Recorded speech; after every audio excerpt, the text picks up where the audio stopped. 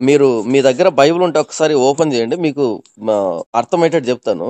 లేదన్నా, నేను నిజంగా అయితే యాక్చువల్ గా చదువుకోలేదు. ఓకే ఓకే, నేను ఎక్స్ప్లెయిన్ చేస్తాను. ఇప్పుడు బ్లడ్ ఎక్కడ ఉండాలి, రక్తం ఎక్కడ ఉండాలి? లోపల శరీరంలో ఉండాలి. అవునన్నా. శరీరంలో ఉండాల్సిన రక్తం బయటకు వచ్చిందంటే ఎందుకు వచ్చింది, ఏ పరిస్థితుల్లో వచ్చి ఉంటది? దానికి అన్యాయం జరిగినప్పుడే వస్తుంది బయటకు అది. అవునన్నా. కాబట్టి ఏంటంటే ఆ అన్యాయం జరిగినటువంటి ఆ వ్యక్తి మీద ప్రతీకారాన్ని మాత్రమే అది కోరుతుంది. అంటే అది కోరడం కాదు, అది బయట కనబడింది అంటే ఈ రక్తం చిందించబడిన వ్యక్తి దోష అవుతాడు. ఎవరైతే కారణమయ్యారో చిందించబడడానికి. మీరు పాత నిబంధన చూస్తే యెహూ అహాబు కుటుంబీకులందరినీ శిక్షిస్తాడు, అందరిని చంపుతాడు. ఆ సందర్భంలో దేవుడు ఏమంటాడు అంటే యెహూ రక్తం మీద ఎక్కువ పిపాస కలిగి అందరిని చంపాడు కాబట్టి ఆ దోషం కూడా యెహూ మీదకి వస్తుంది. యెహూ రక్తం మీద ఎక్కువ పిపాస కలిగి అందరిని చంపాడు కాబట్టి ఆ దోషం కూడా యెహూ మీదకి వస్తుంది. యెహూ చంపింది పూర్వపోకులనే, పనికిరాని వాళ్ళనే. కానీ యెహూ ఉద్దేశం ఏంటంటే కంప్లీట్ గా రాంగ్ డైరెక్షన్ లో వెళ్తుంది. అప్పుడు యెహూను కూడా దేవుడు శిక్షిస్తాడు. జాన్పాల్ గారు కట్ అయింది కాలు.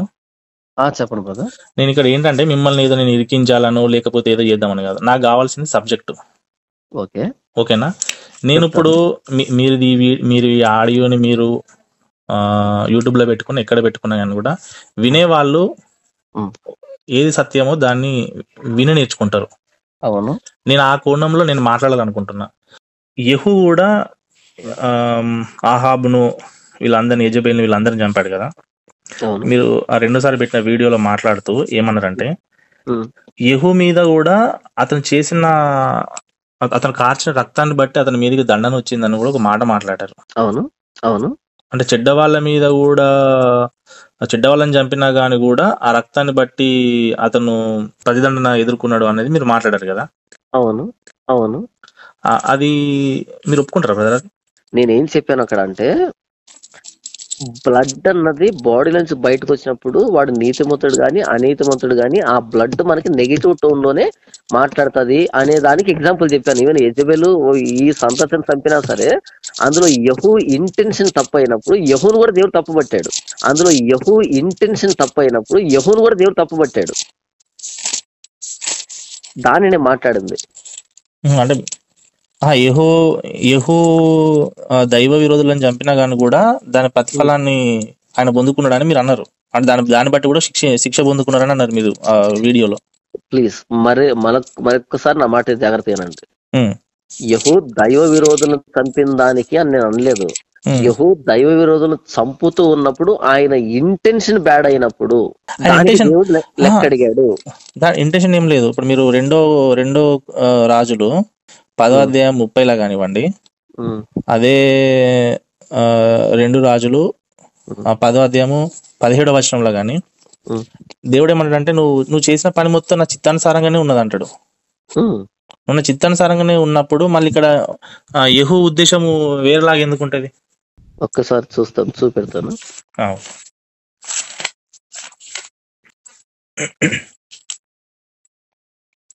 2 రాజులు నేను మొబైల్లో చూస్తున్నాను, నేను బైబిల్ లేదు. ఒక్క నిమిషం. 10-17 నేను నా పాయింట్ కోసం ఎదుగుతున్నాను. అలానే 30 కూడా 10-30 కూడా చూడండి. ఈ సందర్భం ఎక్కడ ఉంటది బ్రదర్? చెప్తాను. నేను అండర్లైన్ చేస్తున్నాను. ఇక్కడ ఏంటంటే యెహూ వీళ్ళు చంపుతాడు ఉండండి. ఈ హోల్ ప్రాసెస్ లో ఆ వ్యక్తి హృదయపూర్వకంగా చేయడు దీన్ని. అంటే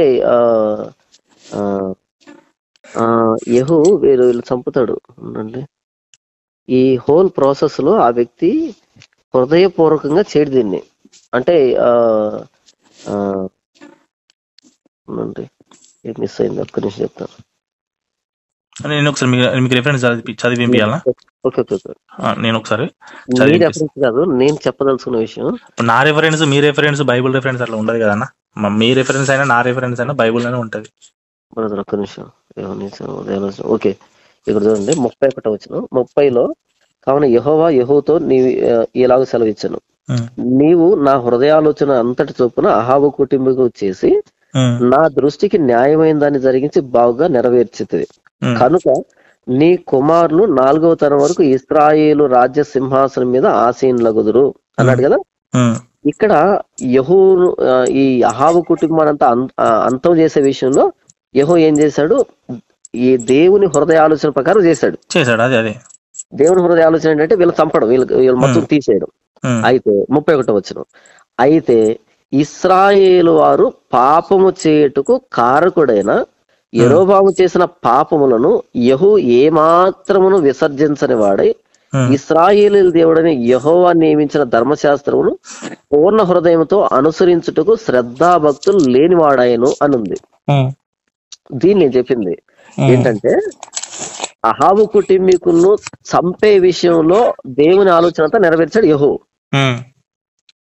ఇప్పుడు యెహూ దేవుడి చిత్తాన్ని సంపూర్ణ నెరవేర్చాలి అంటే ఏ పాపాల చేత అయితే అహాబు కుటుంబం నాశనానికి వచ్చిందో, అంటే యెరోబాము అనుసరించినటువంటి ప్రవర్తన అనుసరించే కదా వాళ్ళు పోయారు.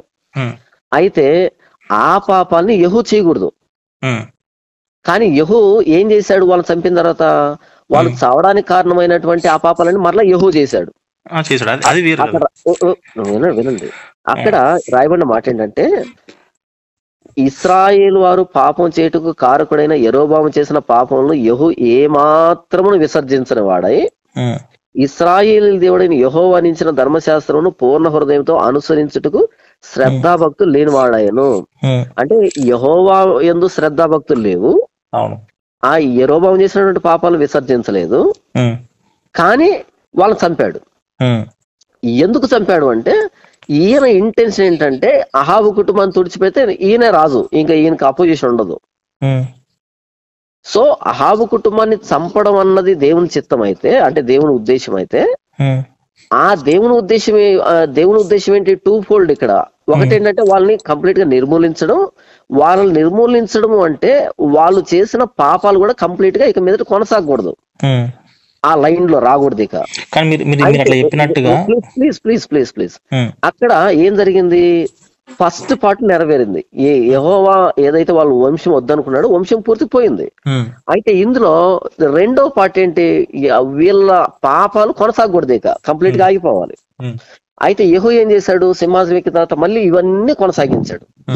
అంటే ఒకటి యెహూ అపోజిషన్ క్లియర్ చేస్తున్నాడు తప్ప దేవుని ఉద్దేశం అంటే ఈ కంప్లీట్ గా ఈ కరప్షన్ పోవాలన్నది మాత్రం నెరవేర్చలేదు. ఇందులో ఈయన ఓన్ ఇంటెన్షన్ ఉంది.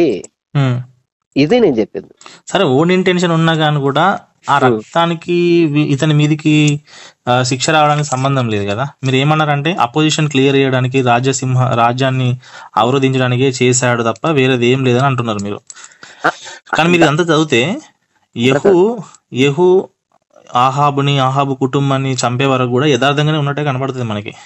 నీవు నా హృదయాలోచన ఎంతటి చొప్పున అహాబు కుటుంబీకులకు చేసి నా దృష్టికి న్యాయమైన దాన్ని జరిగించి బాగుగా నెరవేర్చితివి కనుక నీ కుమారులకును 4వ తరము వారును ఇజ్రాయేలు రాజ సింహాసనం మీద ఆసీనులగుదురును అని అన్నాడు. అవును, అంటే ఆయన యథార్థంగానే చేశాడు. ఆయన యథార్థంగా చేశాడు కాబట్టి అతన్ని 4 తరాల వరకు ఆశీర్వదించిండు. 4వ తరం వరకు ఇజ్రాయేల్ రాజ్యం మీద ఉంటాడని. ఒకవేళ ఆయన ఇంటెన్షన్, ఒకవేళ నేను చెప్పాను కదా, ఆయన ఇంటెన్షన్ వేరే అయి ఉంటే కనుక ఈ ఆశీర్వాదం రాదు కదా. అంటే దేవుడు అంత అమాయకుడు కాదు కదా. ఆయన ఇంటెన్షన్ ఎట్లా? కాదు ఇక్కడ ఆగండి. మీరు 30 వచనం ఫుల్ స్టాప్ పెట్టేశారు కదా. 30 వచనం చెప్పి నెక్స్ట్ అపెండిక్స్ యాడ్ చేశారు కదా, 31 వచనం యాడ్ చేశారు కదా. విను, ఇప్పుడు 30 వచనం వరకు ఆయన ఏం చేశాడు, ఎలా వాళ్ళని టర్మినేట్ చేశాడు అని చెప్పారు. 31 వచనంలో ఇంత టర్మినేట్ చేసి కూడా వాళ్ళు ఏం చేశాడో మరలా అవే చేశాడు ఈ వ్యక్తి. చేసిన పాపానికి శిక్ష వచ్చింది. కాదు నేను చెప్పింది ఏంటంటే ఈ యెహూ ఇంటెన్షన్ బ్యాడ్ ఇంటెన్షన్ అని చెప్పడం మాత్రం నా ఉద్దేశం. అక్కడ సంబంధం లేదు కదా. యెహూ ఇంటెన్షన్ కి రక్తం వలన ప్రతిదండానికి అసలు ఇంటెన్షన్ అసలు లింక్ కావట్లేదు కదా. ఇక్కడ మీకు ఇంకో విషయం చెప్పాలి. ఏంటంటే ఎలీషా ఉన్నాడు. ఎలీషా చివరి దశలో చనిపోయేటప్పుడు రాజును పిలుస్తాడు. బహుశా యెరోబాము అనుకుంటాడు, ఆయన పేరు యెరోబాము అనుకుంటాను. ఆ రాజును పిలుస్తాడు. పిలిచిన తర్వాత ఏమంటాడంటే బాణాలు తీసుకుని కొట్టు గాల్లోకి అంటాడు. కిటికీలో కొట్టమంటాడు, మరి నేల మీద కొట్టమంటాడు, బాణాలతో కొట్టమంటాడు. కొట్టమన్నప్పుడు ఆయన 3 మరి 7 కొడతాడు. బాణాలు కొట్టి సైలెంట్ గా ఉంటాడు. అప్పుడు ఎలీషా అంటాడు, నువ్వు ఇన్నిసార్లు కొట్టి ఆపేసావు కాబట్టి ఇన్ని సంవత్సరాలు మాత్రమే నీకు నెమ్మది ఉంటది, విజయం ఉంటది, ఆ తర్వాత నీకు అపజయమే అంటాడు. నువ్వు అలా కాకుండా నువ్వు కంటిన్యూస్ గా ఎన్ని కొట్టుంటే నీకు అన్ని వచ్చిండేదని నెక్స్ట్ రివీల్ చేస్తాడు. ఇక్కడ యెహూ ఎప్పుడైతే టర్మినేట్ చేశాడో కనుక నేను 4వ తరం వరకు సింహాసనం మీద కూర్చుంటారు అని అన్నాడు కదా, దేవుడు అన్నాడు కదా.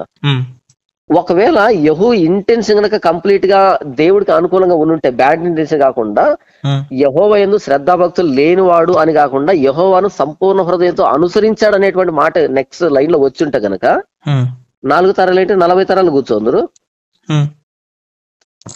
క్లియర్ ఉంది కదా బ్రదర్. నా దృష్టికి న్యాయమైన దాన్ని జరిగించి అన్నాడు. అంటే యెహోవా దృష్టిలో నేను దానికి 2 ఫోల్డ్ అని చెప్పాను. దానికి 30 వచనంలో మనకు అయిపోలే, 31 వచనం కూడా అపెండిక్స్ యాడ్ చేశారు. ఏమని? యెహూ మరలా అవే చేశాడు, యెహూ యెహోవా యందు శ్రద్ధాభక్తులు లేనివాడు అని. మీకు అక్కడ ఎలాగైతే నా మనసులో ఉన్నదంతా చేశాడు అంటే ఏ కాంటెక్స్ట్ లో అంటే అహాబు వంశాన్ని టర్మినేట్ చేయడం వల్ల దేవుని ఉద్దేశం. మీరు వీడియోలో మాట్లాడిన దానికి ఇప్పుడు నాకు ఇచ్చే వివరణ అసలు సింక్ కావట్లేదు. సెకండ్ వీడియోలో మీరు మాట్లాడిన దానికి నేను ముందే చెప్పాను, ఒకటి సినాప్సిస్, ఇంకొకటి ప్రొసీజర్. ఇప్పుడు ఇది ప్రొసీజర్, అది సినాప్సిస్ అని చెప్పాను. మీరు అందులో ఏదో మాట్లాడి ఇప్పుడు నాకు ఇందులో ప్రొసీజర్ ఫుల్ ప్రొసీజర్ అని చెప్పేసి అందులో షార్ట్ కట్ ఇందులో ఫుల్ ప్రొసీజర్ అంటే వినండి, నేను దానికే చెప్పాను, మీకు అర్థం కాలేదు నేను చెప్పింది. సినాప్సిస్ లో మనం ఏం అవుట్ లైన్స్ మాత్రం మాట్లాడతాము, ప్రొసీజర్ లో మాత్రమే కంప్లీట్ ఎవరీ డీటెయిల్ మాట్లాడతాము. దాని ముందే చెప్పాను నేను. ఒక నిమిషం అన్న, మీరు వీడియోలో ఏమన్నారంటే యెహూ మీదికి శిక్ష ఎందుకు వచ్చిందంటే వాళ్ళు మంచోళ్ళు కాకపోయినా కానీ కూడా వాళ్ళని చంపినందుకు ఆ రక్తాన్ని బట్టి శిక్ష వచ్చిందని అన్నారు మీరు ఆ వీడియోలో. ఓకే, ఇప్పుడు మీరు ఏమంటున్నారంటే 31 వచనాలు చూపించేసి యెహూ సరిగా జీవించలేదు, ఆ పాపాలే చేశాడు కాబట్టి ఆ శిక్ష వచ్చిందని ఇప్పుడు దీంట్లో ఉంటున్నారు. నాతో మాట్లాడేటప్పుడు మీరు ఇలా అంటున్నారు. అసలు ఆయనకి ఇప్పుడు యెహూ మీద శిక్ష వచ్చింది ఈ యెజబేలు అనుచరులను చంపడము, ఆహాబు అనుచరులను, యెజబేలు అనుచరులను,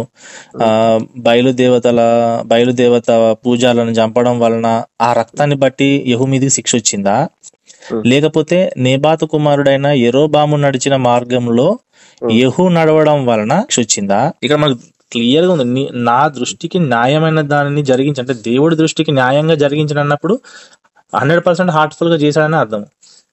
బ్రదర్ ఇక్కడ నాకు రెఫరెన్స్ మిస్ అవుతుంది బ్రదర్. రిఫరెన్స్ ఏం మిస్ ఏం లేదు బ్రదర్. ఇప్పుడు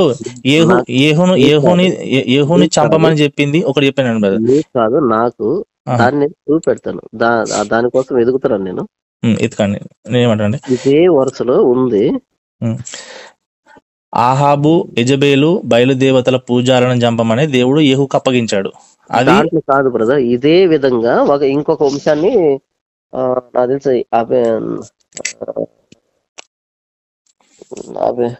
రెహబాము, అబియాము,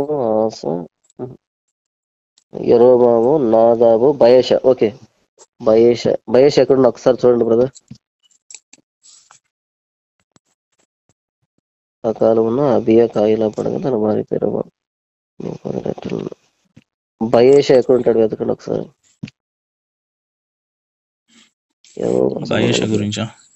బయేష ఎక్కడ చూడండి ఒకసారి.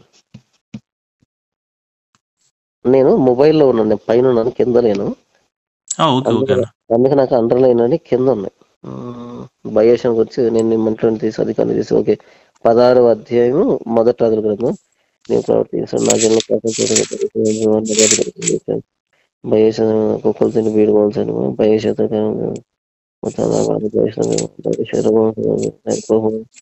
చంపంటు బట్టి అతనికి సొంత విరోధంగా యోహానని బయేష 2 సంవత్సరాలు ఆసాయలబడిలో 2 సంవత్సరాలు బయేష అతని ఇస్రాయేల్ పెట్టుకున్న పాపం బయేషానికి వచ్చి ఇస్రాయేల్ చంపించను.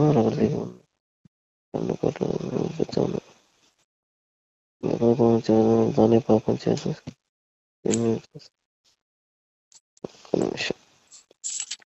ఇక్కడ బయేషా గురించి ఎట్లా వస్తుంది అంటే యెరోబాము, నాదాబు, బయష. ఓకే, యెరోబాము సంతతిని బయష అంతం చేస్తాడు బ్రదర్. అంటే దీన్ని అవుట్లైన్ చెప్తున్నాను. యెరోబాము సంతతిని బయష అంతం చేస్తాడు. ఎక్కడ సార్ నాకు రిఫరెన్స్ చూపించండి. దానికోసం ఎదుగుతున్నాం బ్రదర్. దానికోసం ప్రవర్తించచ్చు ఎక్కడ వస్తాడు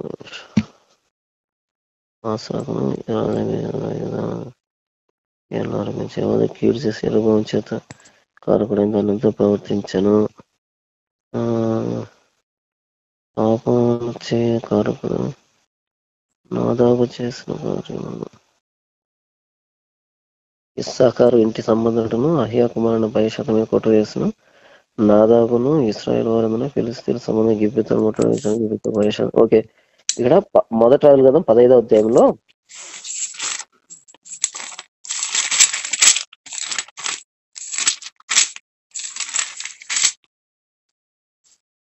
మొదటి రాజులు 15వ అధ్యాయంలో 27వ వచనంలో ఇస్సాకారు ఇంటి సంబంధుడును అహియా కుమారుడైన బయష అతని మీద కుట్ర చేసెను.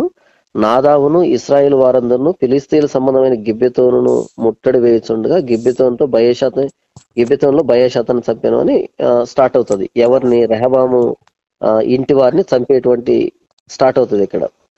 ఇక్కడ ఏముందంటే కుట్ర అని రాశారు. ఇక్కడ బయషాతని మీద కుట్ర చేశాను అని ఉంది కదా. రెహబాము, యెరోబాము, నాదాబు. ఓకే, నాదాబును బహుశా నాదాబును చంపాడు. అయితే అలా ఇక్కడ ఎందుకు చంపాడు అంటే కుట్ర చేసి చంపాడు. ఎవరు? బయష. ఎవరిని చంపాడు? బయష నాదాబును చంపాడు. నాదాబు ఎవరంటే యెరోబాము కొడుకు. యెరోబాము ఎవరు అంటే ఇశ్రాయేల్ మొత్తం భ్రష్టత్వంలో తీసుకొచ్చిన వ్యక్తి యెరోబాము. సో యెరోబాముని చంపాలి అన్నది, యెరోబాము కుటుంబాన్ని నాశనం చేయాలన్నది దేవుని ప్రణాళిక ఆ ముందు అధ్యాయంలో ఉంటది. ఓకేనా? యెరోబాము మీదకి శిక్ష రావాలన్నది దేవుని ప్రణాళిక. అయితే యెరోబాము మామూలుగా చచ్చిపోతాడు. యెరోబాము కొడుకు నాదాబు వస్తాడు. అంటే నాదాబు చంపిన యెరోబాము వంశాన్ని అంతం చేసినట్లు లెక్క. ఓకే, నాదాబు రాగానే నాదాబు మీద కుట్ర చేస్తాడు బయష. అక్కడ నాదాబును చంపడం అంటే యెరోబాము వంశాన్ని తీసేయడం అన్నది దేవుని ప్రణాళిక. ఆల్రెడీ అక్కడ ప్రవర్తిస్తాడు. ఎందుకంటే నా జాతిని నువ్వు తప్పుదోవ పట్టించావు కాబట్టి అని ఆల్రెడీ ప్రామిస్ చేస్తాడు. అంటే శిక్షను ప్రకటిస్తాడు యెరోబాము విషయంలో. అయితే ఇప్పుడు యెరోబాము వంశాన్ని తుదముట్టించడం అన్నది దేవుని ప్రణాళిక ఆల్రెడీ మనకు తెలుసు. కానీ అక్కడ రాయబడింది ఏంటంటే బయష కుట్ర చేశాడు అని అంటాడు. ఓకే, బయష కుట్ర చేసినా కుట్ర చేయకపోయినా నాదాబును చంపడం వల్ల దేవుని చిత్తం, అది దేవుని ప్రణాళిక. అది కుట్ర గాని లేదు నిజాయితీగా కానీ ఎలాగైనా సరే మొత్తానికి యెరోబాము కుటుంబం అంతం కావాలి. అయితే ఇక్కడ బయష ఏం చేస్తాడంటే కుట్ర చేస్తాడు. కుట్ర అన్నప్పుడు ఇతని సెల్ఫిష్ మోటివ్ ఉంటది అందులో. ఏది నేను రాజుని కావాలి అని సెల్ఫిష్ మోటివ్ ఉంటది. అలా సెల్ఫిష్ మోటివ్ తోటి రాజు అయినటువంటి బయషను తర్వాత 16వ అధ్యాయం. ఓకే, 16వ అధ్యాయంలో బయషతు దేవుడు అంటాడు ఏమంటాడంటే మొదటి వచనం నుంచి 16వ అధ్యాయం మొదటి వచనం నుంచి యెహోవా వాక్కు హనానీ కుమారుడైన యెహూకు ప్రత్యక్షమై బయషాను గూర్చి ఇలా సెలవిచ్చాను. నేను నిన్ను మంటిలోండి తీసి హెచ్చింపజేసి ఇశ్రాయేలు వారిని నా జనుల మీద నేను అధికారిగా చేసేదని ఆయనను యెరోబాము ప్రవర్తించిన ప్రకారముగా నీవు ప్రవర్తించుచు ఇశ్రాయేలు వారు నా జనుల పాపం చేటుకు కారకుడివై వారి పాపముల చేత నా కోపం పుట్టించి ఉన్నావు. కాబట్టి బయష సంతతి వారిని అతని కుటుంబీకులను నేను సమూల ధ్వంసము చేసి నెబాతు కుమారుడైన యెరోబాము సంతతి వారికి నేను చేసినట్లు నీ సంతతి వారికి చేయబోతున్నాను. పట్టణమందు చనిపోవు బయష సంబంధీకులను కుక్కలు తినును, బీడు భూముల్లో చనిపోవు వాని సంబంధీకులను ఆకాశ పక్షులు తినును అని శాపాన్ని ప్రకటించాడు. ఇక్కడ చాలా జాగ్రత్తగానండి. యెరోబాము కుటుంబాన్ని అంతం చేయడం అన్నది దేవుని ఆలోచన. ఓకే, అదే పని ఎవరు చేశారు అంటే బయష చేశాడు. అయితే బయష ఎందుకు చేశాడు అంటే బయష తాను రాజు కావడానికి చేశాడు. ఇక్కడ బయష యెరోబాము కుటుంబాన్ని చంపడం ద్వారా ఒక విషయం అయితే నెరవేరింది. అదేంటి? దేవుడు చంపాలనుకున్న విషయం నెరవేరింది. కానీ ఇందులో దేవుని సెకండ్ ఆలోచన ఏంటి అంటే యెరోబాము ప్రవర్తించిన విధానంగా నీవు ప్రవర్తించకూడదు అన్నది రెండవ యాంగిల్ ఇక్కడ ఉన్నది. యెరోబాముని ఎందుకు చంపుతున్నారు అంటే యెరోబాము చేసిన కార్యాలన్నవి అన్ని దుర్మార్గమైన పనులు కాబట్టి నా నుంచి దూరం తీశాడు కాబట్టి ఆ వ్యక్తి కుటుంబాన్ని నాశనం చేయాలన్నది ఒకటైతే ఇక మీదట ఆ లైన్ కొనసాగకూడదు అన్నది రెండవ యాంగిల్. అయితే ఇక్కడ బయేష్ ఏం చేశాడు, ఫస్ట్ దాన్ని నెరవేర్చాడు తన కుట్రతోటి. అయితే సెకండ్ యాంగిల్ లో ఫెయిల్ అయ్యాడు. కాబట్టి ఏమంటున్నాడు దేవుడు ఇక్కడ, నేను నిన్ను మంటిలోని తీసి హెచ్చింపజేసి ఇశ్రాయేలు వారిని నా జనుల మీద అధికారంగా చేస్తని, ఆయనను యెరోబాము ప్రవర్తించిన ప్రకారం నీవు ప్రవర్తించచ్చు, ఇశ్రాయేలు వారు నా జనుల పాపం చేయటం కారకుడువై వారి పాపం చేత నాకు కోపం పుట్టించావు. సేమ్ అదే నువ్వు రిపీట్ చేశావు. కాబట్టి బయేష సంతతి వారిని అతని కుటుంబీకులు నేను సమూల ధ్వంసం చేసి ఏం చేస్తా అంటే సమూలంగా నాశనం చేస్తాడు. అంటే నెక్స్ట్ లైన్ ఉండదు, సమూల ధ్వంసం చేసి నెబాతు కుమారుడైన యెరోబాము సంతతి వారికి నేను చేసినట్లు నీ సంతతికి చేయబోతున్నాను. అంటే కంప్లీట్ గా లైన్ అన్నది ఫినిష్ చేస్తానని చెప్పాడు. ఇది మోడల్. ఇప్పుడు మరలా ఎక్కడికి వద్దాం, మనం ఈ యెహూ దగ్గరకు వస్తాం. యెహూ అహాబు కుటుంబీకులు చంపాడు. ఎగ్జాక్ట్ గా బయేష్ ఏం చేశాడో యెరోబాము కుటుంబాన్ని తుదముట్టించాడో యెహూ అహాబు కుటుంబాన్ని తుదముట్టించాడు. ఇక్కడ బయేష్ ఏం చేశాడు, యెరోబాము ఏం చేశాడు, దాన్ని కంటిన్యూ చేశాడు వాళ్ళు చంపి కూడా. ఇక్కడ యెహూ కూడా ఏం చేశాడు, అహాబు కుటుంబీకులు చంపి కూడా దాన్నే మరలా కంటిన్యూ చేశాడు. ఇక్కడ బయేష కుటుంబం ఏం చేశాడు, దేవుడు సమూలంగా నాశనం చేశాడు. నెక్స్ట్ లైన్ లో వెళ్ళిపోతుంది ఆ బయేష కుటుంబం అనేది, నెక్స్ట్ లైన్ లో వెళ్ళిపోతుంది. అయితే యెహూ కుటుంబం కూడా ఏంటంటే 4th జనరేషన్ తో ఇట్లా ఎండప్ అయిపోతుంది. యెహూ కుటుంబం కూడా ఏంటంటే 4th జనరేషన్ తో ఇట్లా ఎండప్ అయిపోతుంది. ఓకే, దీన్ని నేను అక్కడ చెప్పాను. ఈవెన్ దుర్మార్గుడు రక్తం చిందించబడినా సరే అది ప్రతీకారాన్ని కోడతది. నేనేమంటున్నానంటే ఆ దుర్మార్గుని చంపమన్నది యెహోవానే కదా బ్రదర్, దానికే కదా నేను అన్నాను, యెహోవా చంపమన్నాడు కాబట్టి ఫస్ట్ యాంగిల్ అన్నది నెరవేరింది. ఇప్పుడు అలా కాదు, ఇప్పుడు యెహూని అందరిని చంపమన్నది దేవుడే. అవును. మళ్ళీ చంపమన్న తర్వాత ఆ రక్త ప్రతిదండన మళ్ళీ యెహూ మీదికి రావడం ఏంది? బ్రదర్ ప్లీజ్ నా మాట చాలా జాగ్రత్తగా వినండి. నేను దానికే చెప్పాను. ఇప్పుడు నా హృదయ ఆలోచన నన్ను వినండి నేను చెప్పేది వినండి, మాట్లాడుకోండి, చెప్పండి. ఓకే, దానికి నేను ఏం చెప్పాను అంటే ఫస్ట్ 2-fold ఏమంటారు దీన్ని, ఇందులో ఉంది రెండు కోణాలు ఉన్నాయి ఇందులో. ఒకటి వాళ్ళ లైన్ ఎండప్ గా టర్మినేట్ కావడం అన్నది ఒక యాంగిల్ అయితే, రెండో యాంగిల్ ఏంటంటే వాళ్ళు ఎందుకు ఎండప్ చేస్తున్నాడు దేవుడు దాన్ని కొనసాగించకూడదు అన్నది రెండవది. ఓకే, అసలు యెరోబామును ఎందుకు చంపాలి అంటే యెరోబాము భ్రష్టత్వాన్ని తీసుకొచ్చాడు. యెరోబామును భ్రష్టత్వం తీసుకొచ్చిన దాన్ని చంపుతున్నాడు. సెకండ్ పాయింట్ ఏంటంటే యెరోబాము స్టార్ట్ చేసిన భ్రష్టత్వం కూడా ఎండ్ కావాలి, నెక్స్ట్ పర్సన్ అది చేయకూడదు. ఓకే, నెక్స్ట్ పర్సన్ అది కొనసాగించాడుకో మరలా ఈ వ్యక్తి మీదకి ఆ దోషం వస్తుంది. అప్పుడు ఏమవుతుంది, యెరోబామును ఎందుకు చంపావు అంటే అప్పుడు ఈ వ్యక్తి ఇంటెన్షన్ కూడా బ్యాడ్ ఉంటది. మీరు యెషయా గ్రంథం 10వ అధ్యాయం అనుకుంటారు, అక్కడ చూస్తే అష్షూరును దేవుడు వాడుకుంటాడు, గొడ్డల్లాగా వాడుకుంటాడు. అష్షూరుని ఒక గొడ్డల్లాగా ఒక ఆయుధంలాగా వాడుకొని మిగతా రాజ్యాలని జయిస్తాడు. అయితే అక్కడ రాయబడిన మాట ఏంటంటే అయితే అతడు అలాగా అనుకొనడు. అష్షూరుని దేవుడు ప్రయోగించాడు, అయితే అష్షూరు అలాగా అనుకొనడు. కాబట్టి మరలా అష్షూరుని దేవుడు శిక్షిస్తాడు. అదే 10వ అధ్యాయంలోనే అష్షూరుని దేవుడు వాడుకొని మిగతా వాళ్ళు శిక్షిస్తూ ఉన్నప్పుడు అష్షూరు ఏమనుకుంటాడు, ఇది నేను నా శక్తి చేత నేను జయిస్తున్నాను అని అనుకోగానే అప్పుడు తర్వాత అష్షూరుని కూడా శిక్షిస్తాడు. అష్షూరుకి క్షయరోగం వస్తుంది, తర్వాత శాపనార్థాలు పలుకుతాడు దేవుడు. అంటే దేవుడు అష్షూరుని వాడుకుంటూ ఉన్నప్పుడు దేవుని కాంటెక్స్ట్ లో అష్షూరు వాడబడితే అష్షూరు ఘనత వస్తుంది.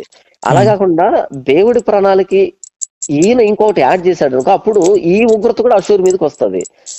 ఇది ఫార్ములా, సూత్రం ఇది. దేవుడి పని ఇప్పుడు నేను చేస్తున్నాను, దేవుడు ఎందుకు చేయమన్నాడు అందుకే నేను చేసినప్పుడు ఏమవుతుందంటే దేవుడి నుంచి నాకు దీవెన వస్తుంది.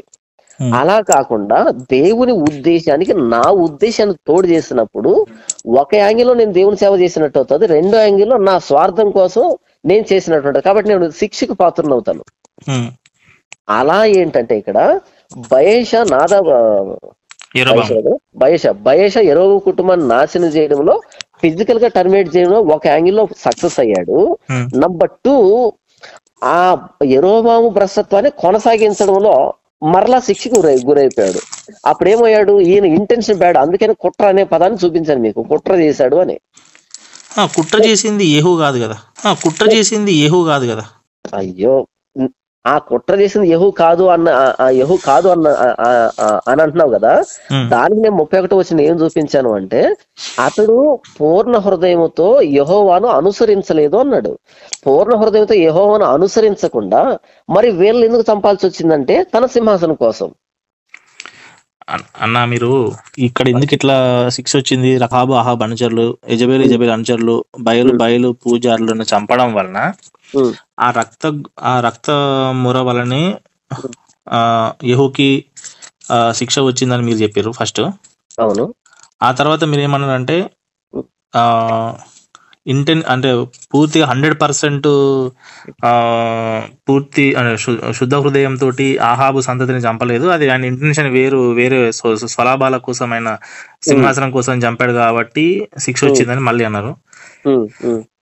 మళ్ళీ తర్వాత ఏమన్నారంటే అసలు యెహూకి దేవుడు చెప్తా ఉన్నాడు, బయేషా గురించి చెప్తా ఉన్నాడు, ఇలా ఇరబాము బయేషా ఇలా జరిగింది అనుకుంటా సిచ్యువేషన్ చెప్పుకుంటూ వచ్చిండు. అవును. యాక్చువల్లీ ఇక్కడ ఎందుకు యెహూ ఎందుకు చనిపోయినారంటే యెరోబాము నడిచిన త్రోవలో నడవడం వల్లనే యెహూ మీదికి శిక్ష వచ్చింది తప్ప ఆహాబు బయలుదేవత పూజారులు గాని లేదా యెజబేల్ను చంపిన ఆ రక్తం ముర వలన ఆయన మీద శిక్ష రాలేదు అంటున్నాను నేను. బట్ మీరేమంటారు అంటే ఆ శిక్ష ఆ రక్తం వలన వచ్చిందని అంటున్నారు. ఎందుకంటే ఆ శిక్ష రక్తం వల్ల వచ్చేది ఉంటే కనుక దేవుడు యెహోవా దేవుడు యెహూతో నువ్వు నా హృదయాలోచన చొప్పున చేసినవని అన్నప్పుడు ఆ రక్తముర దేవుడు ఏ విషయంలో నా హృదయాలోచన అని చెప్పాను. వాళ్ళని చంపడమే కదా, చంపాలంటే రక్తం చిందించాల్సిందే కదా. మీరు మాట్లాడుతున్నది 30వ వచనం. 30వ వచనం. 17వ వచనంలో కూడా అదే మాట ఉంది. 17 గాని 14 గాని 30తో అయిపోలేదు కదా, నెక్స్ట్ 31 ఉంది కదా. అంటే ఇప్పుడు ఇజ్రాయేల్ వారు పాపము చేయుటకు కారకుడైన యెరోబాము చేసిన పాపములు అంటే ఇదేందన్నా? దీన్ని కాంప్లికేట్ చేయకు. అక్కడ ఏముంది అంటే 30వ వచనంలో ఈ దేవుడు ఉద్దేశం అహాబు కుటుంబాన్ని టర్మినేట్ చేయడం అయిపోయింది. అది ఉద్దేశం అయిపోయింది. దేవుని ఉద్దేశం అంతా నెరవేర్చేసాడు, అయిపోయింది. ఇప్పుడు ఒక నిమిషం అన్న, నేను మిమ్మల్ని ఒక దొంగతనం చేయమని నేను మీకు ఒక చెప్పాను, మీరు దొంగతనం చేశారు. దొంగతనం చేసిన తర్వాత వాడు వచ్చి నా ఇంట్లో సామాను పోయిందని అంటే దొంగతనం చేసింది ఇతనే అని నేను కొట్టడం ఎంతవరకు కరెక్ట్? నేనే మిమ్మల్ని దొంగతనం చేయమంటే ఒక ఇంట్లోకి దూరి నేను మిమ్మల్ని దొంగతనం చేయమని చెప్పాను, మీరు ఆ ఇంట్లోకి వెళ్ళి దొంగతనం చేశారు. ఆ ఇంటి యజమాని ఏమంటాడంటే నా వస్తువులు దొంగతనం చేశాడు అని ఏదో మొర పెట్టుకుంటున్నాడు. నేను నీ దగ్గరకు వచ్చి నువ్వు చేసింది మంచిదే గాని నువ్వు దొంగిలడం వల్ల నేను శిక్షిస్తున్నాను, నేను కొడతా ఉన్నాను, కొట్టడం ఎంతవరకు కరెక్ట్ చెప్పండి? ఇప్పుడు దాన్ని ఇదే కాంటెక్స్ట్ నేను చెప్తా చూడండి. చేయమన్నా నేను లోపలికి వెళ్ళాను, ఓకేనా, లోపలికి వెళ్ళి పలాన్ని తీసుకున్నా అని చెప్పారు మీరు. నేను పూర్తిగా మొత్తం అన్ని తీసుకుంటానని చెప్తాను, మొత్తం అన్ని తీసుకురామని చెప్పారు. Clear, okay. అలా తీసుకొచ్చేటప్పుడు నేను ఏం చేశాను అంటే అందులో ఒక నెక్లెస్ ని, ఒక వాల్యుబుల్ డైమండ్ దాన్ని జేబులో పెట్టుకొని వచ్చాను. ఈ మొత్తం మీకు ఇచ్చాను, బూటీని మొత్తం అంతా దాన్ని మీకు ఇచ్చాను, దీన్ని మాత్రం మీకు ఇవ్వలే నేను. ఫైనల్లో ఒకటి తక్కువ వచ్చింది, ఎక్కడెక్కడ వెతికి జేబులో పెట్టుకున్నా. అప్పుడు మీరు ఏం చేస్తారు? కానీ ఇక్కడ 30వ అధ్యాయంలో 17వ వచనంలో అలా లేదు కదా, నా దృష్టికి నువ్వు న్యాయమైన దాన్ని జరిగించినవని అంటున్నాడు కదా. కానీ ఇక్కడ 30వ అధ్యాయంలో 17వ వచనంలో అలా లేదు కదా, నా దృష్టికి నువ్వు న్యాయమైన దాన్ని జరిగించినవని అంటున్నాడు కదా. అదే కదా ఇప్పుడు నేను అడిగింది, చెప్పండి ఏం చేస్తారు మీరు అంటున్నా. మీరు నా దగ్గర దాస్తే ఖచ్చితంగా నేను మీ మీద నేను చేయి చేసుకోవడం అవుతుంది. అది ఏంటి? టర్మినేట్ చేయను ఇప్పుడు. నేను చేయమన్న పని నువ్వు పూర్తి చేయలేదని నేను నీ మీద నేను చేసుకుంటే తప్ప నువ్వు నా దగ్గర ఒకటి మీరు చేయమన్న దాన్ని నేను చేశాను, అందులో శభాష్. అవును. నంబర్ 2, ఇందులో నేను చేయడానికి కారణం నేను దాచిపెట్టుకోవాలని నా ఓన్ ఇంటెన్షన్ ఉంది, దానికి మీరు కోప్పడ్డారు. నువ్వు ఇక్కడ ఏంటంటన్నా, నువ్వు దాచుకున్నావా దాచుకోలేదని పక్కన పెట్టు, నేను చేయమన్న పని నువ్వు చేసినావా సరిపోతుంది కదా. ఎందుకని ఇంత సింపుల్? నువ్వు ఎందుకు దొంగతనం చేసినావు నేను దండించడం కరెక్ట్ కాదు కదా. నేను చేయమన్న పని నువ్వు చేసినావు సరిపోతుంది కదా. ఎందుకని ఇంత సింపుల్? నువ్వు ఎందుకు దొంగతనం చేసినావు నేను దండించడం కరెక్ట్ కాదు కదా. కాదు అన్ని అసలు అదే ఆ పాయింట్ నేను చెప్పలేదు కదా, ఎందుకు దొంగతనం చేస్తాను పాయింట్ రాదు. ఇక్కడ ఏం పాయింట్ వస్తుంది, నువ్వు నాకే మోసం చేస్తావా అనేది వస్తుంది ఇక్కడ. ఇక్కడ మోసం చేసినట్టు లేదు కదా 30వ అధ్యాయంలో కానీ 17వ అధ్యాయంలో కానీ, ఇక్కడ మోసం చేసినట్టు లేదు కదా 30వ అధ్యాయంలో కానీ 17వ అధ్యాయంలో కానీ. ఇక్కడ లేదు. దానికి నేను ఇక్కడ ఏమంటున్నాను అంటే యెరోబాము చేసిన దానికి పాపములు దానికి అంటే యెరోబాము వేరే పాపాలు చేశాడు ఆయన. దానికి నేను ఏమంటున్నాను అంటే 30వ వచనంతో అయిపోలేదు అంటున్నా. 31 ఉంది, అపెండిక్స్ నేను ఉంది. అదే అంటున్నా. ఇప్పుడు నేను అదే చెప్తున్నా. యెహూ మీదకి ఎందుకు శిక్ష వచ్చిందంటే ధర్మశాస్త్రాన్ని అనుసరించకపోవడంతోనే మాత్రమే శిక్ష వచ్చింది తప్ప ఓకే ఈ ఆహాబు, యెజబేలు, బయలు పూజల విషయంలో, రక్తం విషయంలో వీళ్ళ మీదకి రాలేదు అంటున్నా నేను. అదే నేను ఎక్స్ప్లెయిన్ చేసే ప్రయత్నం చేస్తున్నాను. దానికోసమే నేను ఇంత చూపించిన దానికోసమే ఇక్కడ నేనేం చెప్తున్నాను అంటే యెహూనే కదా, యెహూ దేవుణ్ణి అనుసరించకుండా దేవుడు చంపమన్నప్పుడు చంపాడు అంటే ఆ చంపే విషయంలో యెహూకి సెకండ్ ఒపీనియన్ ఉంది, ఇంకొక ఆలోచన ఉంది. అది మీకు అక్కడ కనబడట్లేదు కదా, అది మీకు అక్కడ కనబడట్లేదు కదా. సో పోనీ అది కనపడకపోతే ఇంకేం కనపడుతుంది మీకు అక్కడ? ఇంకేం కనపడుతుంది? మీకు ఇంకో ఆలోచన ఉన్నట్టుగా నాకు చూపించండి కనీసం. అంటే యెరోబాము ఇంకేం కనపడుతుంది అక్కడ? ఇప్పుడు యెహోవాను అనుసరించలే కానీ యెహోవా చంపమన్న వాళ్ళు చంపుతున్నాడు. దేనికి చంపుతున్నాడు? ఆయన దీన్ని యెహోవా మాట నెరవేర్చడానికి చంపుతున్నాడు కానీ ఆయన చంపేటప్పుడు వీళ్ళందరినీ చంపిన తర్వాత నాకు సింహాసనం వస్తుంది అన్న ఆలోచన ఆయనకు లేదు. కాదు, యెహోవా మాట నెరవేర్చడం అయితే మరి మరలా అవన్నీ ఎందుకు చేస్తాడు? అంటే యెహోవా మాట చంపే విషయంలో వర్తిస్తుంది, మిగతా దాన్ని వర్తించదు. ఇక్కడ యెహూ ఎవరు అంటే ఒక సైన్యాధిపతి. ఓకే, ఒక జనరల్, ఆయన పెద్ద కమాండర్ అనమాట. చెప్పినట్టుగా నేను బ్రదర్ మీరు ఏంటంటే మీకు డైరెక్ట్ పాయింట్ కాదు నేను ఇస్తున్నది, ఇక్కడ టోటల్ ఎసెన్స్ ఇస్తున్నా మీకు కంప్లీట్ గా. ఏంటంటే ఎలా బయేషా లైన్ అన్నది ఆగింది, ఎందుకు ఆగాల్సి వచ్చింది, ఎందుకు యెహూ లైన్ అన్నది 4th జనరేషన్ తో ఆగిపోవాల్సి వచ్చింది, టర్మినేట్ కావాల్సి వచ్చింది. ఇప్పుడు కావాల్సింది వాళ్ళ లైన్ ఎందుకు ఆగింది అనేది కాదన్నా, రక్తము ద్వారా యెహూ చంపిన రక్తము ద్వారా శిక్ష వచ్చిందా రాలేదా? బ్రదర్ నేను దానికోసమే అంటున్నాను. యెహెజ్కేలు గ్రంథంలో ఏమంటారంటే నీవు రక్తం ఎందు పిపాస కలిగావు కాబట్టి నేను రక్తం వెంబడిస్తుంది అంటాడు. అంటే రక్తం విషయంలో నీకు పిపాస అంటే ఆశ ఉంది కాబట్టి రక్తమే నేను తరుముతుంది, రక్తం నేను వెంబడిస్తుంది అని మాట్లాడతాడు. నెక్స్ట్ ఈ యెషయా గ్రంథం 10వ అధ్యాయంలో ఏంటంటే అష్షూరు అలాగ అనుకున్నాడు అంటాడు. తన ఉద్దేశం ఒకటైతే ఇంకోటి అంటాడు. ఈ టోటల్ ఎసెన్స్ నేను ఏం చెప్తున్నాను అంటే అష్షూరు అనుకున్నాడానికి యెహూ అనుకున్నాడని మనం డిక్లేర్ చేయలేం కదన్నా. అష్షూరు అనుకున్నాడానికి యెహూ అనుకున్నాడని మనం డిక్లేర్ చేయలేం కదన్నా. నేను చెప్పేది అదే బ్రదర్. ఇప్పుడు ఈ ఎసెన్స్ లో నేను చెప్తుంటే ఏంటంటే దేవుని ఉద్దేశం ఒకటైనప్పుడు ఆ ఉద్దేశం నీ ఉద్దేశం తోడైనప్పుడు దాని పర్యవసానం అనేది నీ మీద పడుతుంది. మీరు అంటే ఈ రక్తం విషయంలో మీరు దీన్ని కనెక్ట్ చేయలేకపోతున్నారన్న. 30వ వచనంని 31వ వచనంలో కూడా అసలు యెరోబాము ఏం చేశాడు చెప్పండి మీరు. యెరోబాము ఇప్పుడు ఇజ్రాయేలు పాపము చేయటకు కారకుడైన యెరోబాము చేసినట్టుగా యెహూ చేశాడు. యెరోబాము ఏం చేశాడో యెహూ చేసినందుకు అతనికి శిక్ష వచ్చింది అంతే. ఇంకా అంతేగాని ఆహాబు గాని లేదా యెజబేలు గాని, యెజబేలు అనుచరులు వీళ్ళ అనుచరులను చంపినందుకు శిక్ష వచ్చింది కాదు. ఇక్కడ మనకు క్లియర్ గా కనబడుతుంది. ఆయన శుద్ధ హృదయంతో చేసినట్టుగానే మనకు క్లియర్ గా కనబడతా ఉంది. ఈ 2 రాజులు 10-17 కూడా శుద్ధ హృదయం చేశాడు అన్నది వాళ్ళని టర్మినేట్ చేసే విషయంలో 17వ వచనంలో కూడా 10-17 కూడా అక్కడ ఏలియాకు యెహోవా సెలవిచ్చిన మాట నెరవేర్చి ఆహాబును నిర్మూలము చేయు వరకు హతము చేయుట మానకుండెను అని అన్నాడు. బ్రదర్ సింహాసనం అన్నది కంటిన్యూ అయిందనుకోండి, సింహాసనం మీద కంటిన్యూ అయిందనుకోండి, అప్పుడు దేవుడు బ్లెస్ చేశాడని అర్థం. సింహాసనం అనేది టర్మినేట్ అయిపోయింది అనుకోండి, దేవుడు శపించాడు అని అర్థం. ఇప్పుడు సొలొమోన్ తర్వాత సింహాసనం టెర్మినేట్ అయిపోయింది. ఇజ్రాయేలీలు యూదులు కాలే 10 గోత్రాలు ఒకవైపు 2 గోత్రాలు ఒకవైపుగా విడిపోయినవి.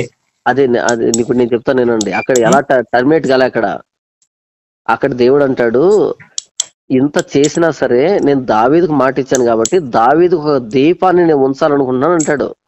కానీ దావీదు సంతానము పూర్తి ఇజ్రాయేల్ మీద రాజ్యం చేయలేదు కదా చివరి వరకు. అక్కడ అదే అంటున్నా, ముందు దావీదుతో ఏమైనా వాగ్దానం చేశాడు ఆయన, దావీదు నీ పిల్లలు గనక తప్పు చేస్తే వాళ్ళను మానవ దండంతో శిక్షిస్తాను, కానీ సౌలుకు దూరం అయినట్టు నా కృపను దూరం చేయను అంటాడు. సౌలుకి ఎలా దూరం అయింది? కంప్లీట్ టర్మినేట్ అయిపోయింది. ఓకే, కంప్లీట్ టర్మినేట్ అయిపోయింది. కానీ దావీదు ఏమన్నాడు, నీ పిల్లలు తప్పు చేస్తే మానవ దండతో శిక్షిస్తానన్నప్పుడు ఇప్పుడు మానవ దండతో శిక్షించాడు. 10 గోత్రాలు బీకేశాడు, 2 గోత్రాలు చేతికి ఇచ్చాడు, కానీ టర్మినేట్ కాలే. ఇప్పుడు ఇక్కడ మీరు రక్తం గురించి ఆలోచిస్తే 4వ తరం వరకు రక్తం రాదు కదా, ఓన్లీ యెహూ మీదనే ఉండాలి కదా బ్రదర్. నేను దానికే అంటున్నాను, ఒక వ్యక్తి లైన్ అన్నది టర్మినేట్ అయిందంటే అది శాపము. ఆ శాపం ఎలా వస్తుందంటే, యెహూ గాని బయష గాని వీళ్ళు గాని 2 యాంగిల్స్ లో ఒక యాంగిల్ మాత్రం టచ్ చేశారు, కంప్లీట్ గా ఫుల్ఫిల్ చేశారు, ఫిజికల్ గా టర్మినేట్ చేశారు. కానీ ఆ టర్మినేట్ చేసే దాంట్లో వీళ్ళ ఓన్ ఇంటెన్షన్ ఉంది, ఆ ఓన్ ఇంటెన్షన్ పరిగణించబడుతుంది. అన్న మీకు అర్థం కావట్లేదు, ఆ ఓన్ ఇంటెన్షన్ ఎక్కడ ఉందనేది మీరు నాకు లేఖనానుసారంగా చూపిస్తే బాగుంటది అని అంటున్నాను. అన్న మీకు అర్థం కావట్లేదు, ఆ ఓన్ ఇంటెన్షన్ ఎక్కడ ఉందనేది మీరు నాకు లేఖనానుసారంగా చూపిస్తే బాగుంటది అని అంటున్నాను. అంటే మీకు ఇంతవరకు చూపించి మీకు ఎక్కలేదా, మీకు అర్థం కాలేదా? ఇంతవరకు నేను ఏం చూపించాను? బయేష కుట్ర చేసి, బయేష చేసిన కుట్రకి యెహూకి సంబంధం లేదు కదన్నా. బయేష కుట్ర చేసి, బయేష చేసిన కుట్రకి యెహూకి సంబంధం లేదు కదన్నా. ఫస్ట్ ఇది అర్థం చేసుకోండి, అక్కడికి వస్తాను నేను. కుట్ర అనేది అర్థమైందా? కుట్ర వాళ్ళు యెరోబాముకి బయేషకు మధ్యలో కుట్ర ఉంది. ఓకే, కుట్ర అంటే ఓన్ ఇంటెన్షన్ లేకపోతే గాడ్స్ ప్లాన్? అది వాళ్ళ ఇంటెన్షన్, దానికి యెహూకు సంబంధం ఏంటి అది వివరించండి. ఆ రెండు నేను కనెక్ట్ చేస్తాను బ్రదర్. నాకు ఎస్ఆర్ నువ్వు చెప్తే అక్కడ కనెక్ట్ చేస్తాను. అక్కడ బయేష కుట్ర అంటే ఓన్ ఇంటెన్షన్ కదా, బయేష ఓన్ ఇంటెన్షన్ అది. ఓకే శబాష్. ఇప్పుడు యెహూ దగ్గరికి మనం వచ్చినప్పుడు, యెహూ అహాబు కుటుంబాన్ని మొత్తం టర్మినేట్ చేశాడు కదా. అలా టర్మినేట్ చేసినప్పుడు యెహూను అహాబు కుటుంబాన్ని ఎంత అసహించుకొని టర్మినేట్ చేశాడో, మరి అహాబు కుటుంబం చేసిన ఆ భ్రష్టత్వాన్ని ఎందుకు అసహించుకోలేదు? అహాబు చేసిన దానికి వాళ్ళని చంపిన రక్తానికి సంబంధం ఏముందన్న? అహాబు చేసిన దానికి వాళ్ళని చంపిన రక్తానికి సంబంధం ఏముందన్న? దానికి నేను వస్తున్నాను. ఇక్కడ నేను అడిగిన ప్రశ్న చెప్పు, నేను చెప్తాను. దానికి కనెక్ట్ కావాలి కదా. అహాబు కుటుంబం ఏ భ్రష్టత్వంతో అయితే నాశనం అయిందో, వాళ్ళని చంపుతూ ఉన్న యెహూ మరలా అదే భ్రష్టత్వాన్ని ఎందుకు చేశాడు? ఏ భ్రష్టత్వం? ఇప్పుడు బయలుకు మొక్కలేదు కదా.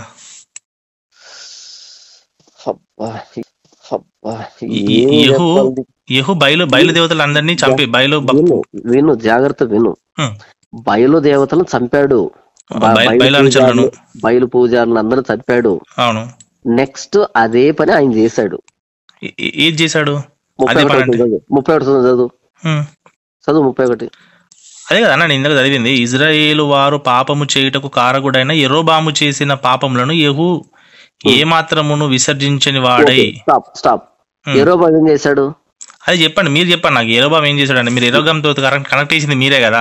ఓకే, యెరోబాము ఏం చేశాడు అంటే, ఈ లేవియ వ్యవస్థను తీసివేసి ఈ బయలు ప్రవక్తలు పెట్టింది యెరోబాము. సామాన్య జనుల్లో పూజను నియమించాడు. అక్కడి నుంచి స్టార్ట్ అయింది యెరోబాము భ్రష్టత్వం. మన ఈ వ్యక్తి ఏం చేశాడు? వాళ్ళందరూ చంపేశాడు, బయలు పూజారులు వీళ్ళందరూ చంపేశాడు. చంపేశాడు. మళ్ళీ ఏం రాశాడు? 31వ వచనంలో యెహూ మరలా యెరోబాము చేసిందని స్టార్ట్ చేశాడని రాశారు. అంటే ఏ పాపంతోటి యెరోబాము కుటుంబం నాశనం కావాల్సి వచ్చిందో, ఆ పాపాన్ని విసర్జించకుండా ఓన్లీ ఈ అహాబు కుటుంబాన్ని నాశనం చేశాడు. అంటే ఇందులో యెహూ ఓన్ ఇంటెన్షన్ ఉంది. ఎప్పుడైతే యెహూ ఓన్ ఇంటెన్షన్ ఉంటుందో అప్పుడు యెహూ ఏమంటాడు? దోషారోపణకు లోనవుతాడు. లేదు, కంప్లీట్ గా అహాబు కుటుంబాన్ని ఎలాగైతే నాశనం చేసినట్టు ఇంట్రెస్ట్ చూపించాడో, అహాబు భ్రష్టత్వం కూడా అంతే ఇంట్రెస్ట్ చూపించుంటే అప్పుడు 100% దేవుడు చెప్పిందని చేసినట్టు లెక్క అవుతాడు. సో అహాబు చేసిన విగ్రహారాధన యెరోబాము చేశాడు, యెరోబాము చేసిన విగ్రహారాధన యెహూ చేశాడు కాబట్టి శిక్ష వచ్చింది. చేశాడు. అది ఫస్ట్ పార్ట్. సెకండ్ పార్ట్ ఏంటి? ఇశ్రాయేల్ దేవుడైన యెహోవాను పూర్ణ మనసుతో అనుసరించలేదు, ఏదో పదం రాయబడింది అక్కడ. ఏముంది? ఏ మాత్రము ఏదో ఉంది. ఇశ్రాయేలు దేవుడైన యెహోవా నియమించిన ధర్మశాస్త్రమును పూర్ణ హృదయంతో అనుసరించుటకు శ్రద్ధాశక్తులు లేని వాడాయను. ఇప్పుడు యెహోవా యందు పూర్ణ హృదయంతో ఆయన చేసి ఉంటే, అంటే 2 విషయాల్లో. ఇది రాజు అయిన తర్వాత కదన్నా సందర్భం. అంటే 2 విషయాల్లో. ఇది రాజు అయిన తర్వాత కదన్నా సందర్భం. అవును బ్రదర్, అదే బ్రదర్. ఇప్పుడు అహాబు యెజబేలు బయలుదేవత అనుచరులను చంపింది రాజు కాకముందు. రాజు అయ్యే క్రమంలో చంపాడు. రాజు అయ్యే క్రమం ఆయన తెలియదు కదా. రాజు వాళ్ళని చంపితేనే ఈయన రాజు అవుతాడు, వాళ్ళని చంపితే నేను రాజు అవుతాడు. కాబట్టి ఎంత చాలా ఇంట్రెస్ట్ గా ఎవరిని మిగిల్చకుండా అసలు ఆ లైనే లేకుండా బంధువులు కూడా లేపేశాడు అందరినీ. అది దేవుడు చెప్పాడని లేపేసిండు కదా, అది దేవుడు చెప్పాడని లేపేసిండు కదా. దేవుడు చెప్పాడనే లేపేశాడు, దేవుడు చెప్పాడనే లేపేశాడు. మళ్ళీ కాయిన్ ఇంటెన్షన్ ఏముంది అందులో కొత్తగా? మళ్ళీ కాయిన్ ఇంటెన్షన్ ఏముంది అందులో కొత్తగా? ఈ ముక్క ఎందుకు అర్థమవుతుందా? నటిస్తున్నావా? నటించడం ఏముందన్న? అంటే నటిస్తున్నావా? నీకు అర్థం కాకుండా ఇప్పుడు మళ్ళీ చెప్తా, జాగ్రత్త విను. నాకు 3% వచ్చింది ఇప్పుడు ఛార్జింగ్. జాగ్రత్త విను ప్లీజ్. అహాబు కుటుంబాన్ని టర్మినేట్ చేయడం అనేది దేవుని చిత్తం, దేవుని ఉద్దేశం. అవును. అహాబు కుటుంబాన్ని టర్మినేట్ అంటే దాని ఉద్దేశం ఏంటంటే అహాబు కుటుంబం ఫిజికల్ గాను పోవాలి. నంబర్ 2, అహాబు చేసినటువంటి భ్రష్టత్వం కూడా ఎండ్ అవ్వాలి. అది అహాబు కంప్లీట్ గా టర్మినేట్ అవ్వడం అంటే దాని ఉద్దేశం. ఇప్పుడు సొదొమ గొమొర్రా దేవుడు చంపినప్పుడు నేల మొలకలు కూడా నాశనం చేశాడు అంటే అర్థం ఏంటంటే ఆనవాళ్ళు కూడా ఉద్దేక. ఓకే, తర్వాత దావీదు కూడా కొంతమందిని చంపినప్పుడు ఉప్పు చల్లుతాడు. ఉప్పు చల్లుతాడు అంటే అర్థం ఏంటంటే ఇది సొదొమ గొమొర్రాకి కంప్లీట్ నాశనం చేశానని అర్థం. ఇలా సమూల నాశనం అంటారు. చిన్న పిల్లల్ని, ఆడపిల్లల్ని, పశువుల్ని, జంతువులు కూడా చంపంటాడు అమలేఖీల విషయంలో.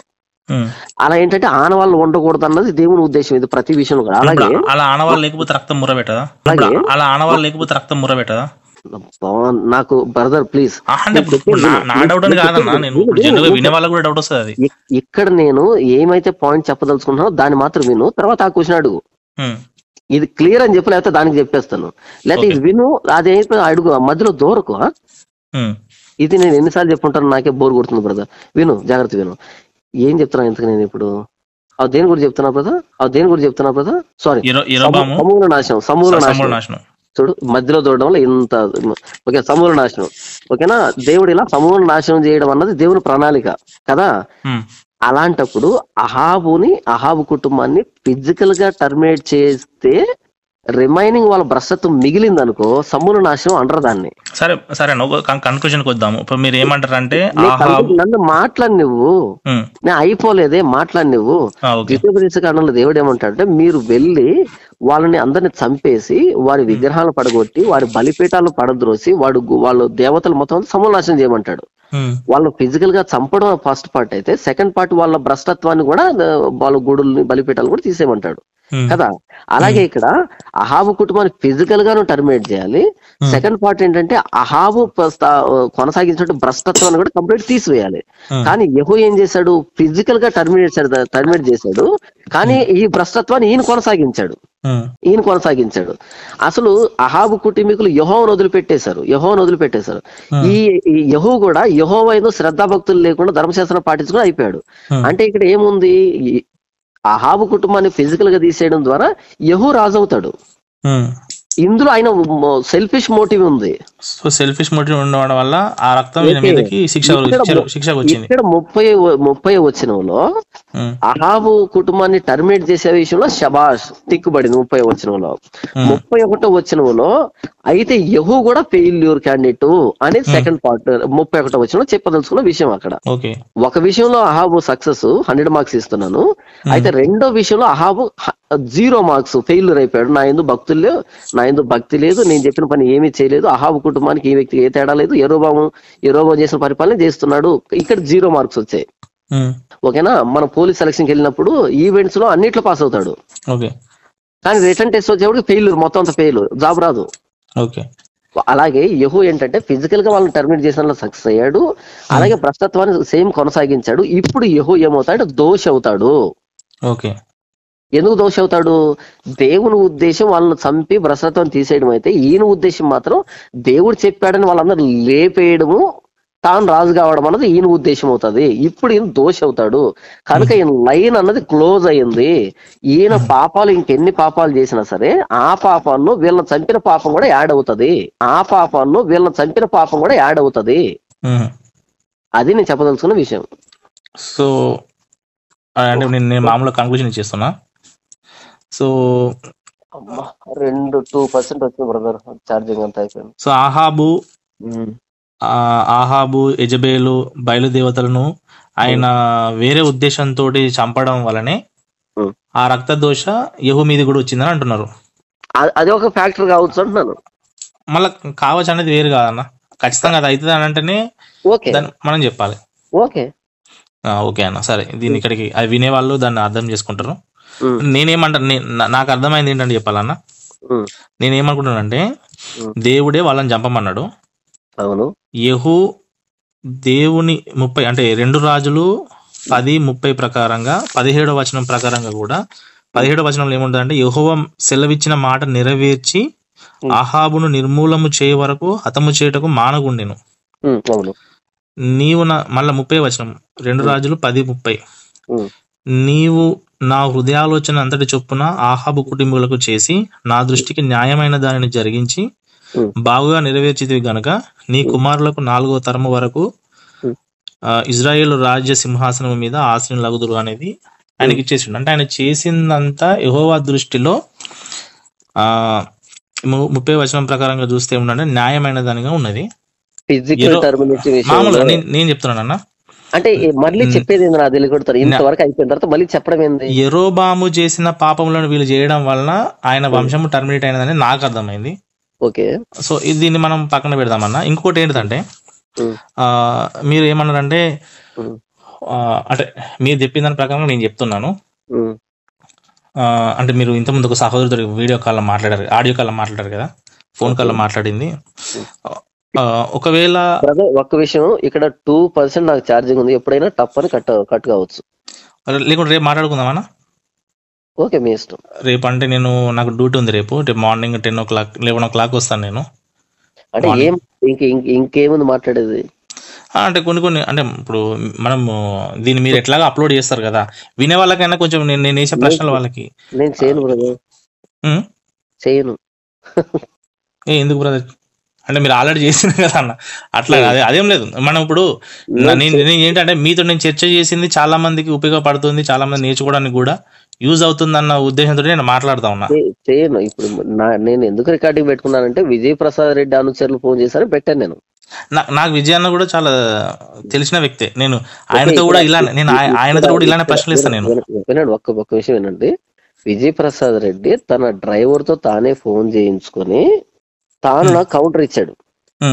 పాయింట్ అర్థమైందా? కాబట్టి ఇప్పుడు నాకేంటంటే విజయ్ ప్రసాద్ రెడ్డి అనుచరులు కాల్ చేశారు నాకు.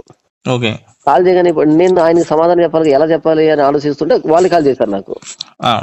నేను రికార్డింగ్ పెట్టి దాన్ని అప్లోడ్ చేశాను. కానీ ఇక్కడ ఈ హోల్ డిస్కషన్ లో ఈయన ప్రస్తావన రాలేదు కదా. విను. కాబట్టి ఈ డిస్కషన్ నాకు అనవసరం. నేనేమన్నా నమ్ముతున్నానంటే, నా కన్క్లూజన్ ఏంటండి, హేబేలు రక్తము ఏం మొర పెట్టిందో మనకు తెలియదు అన్న.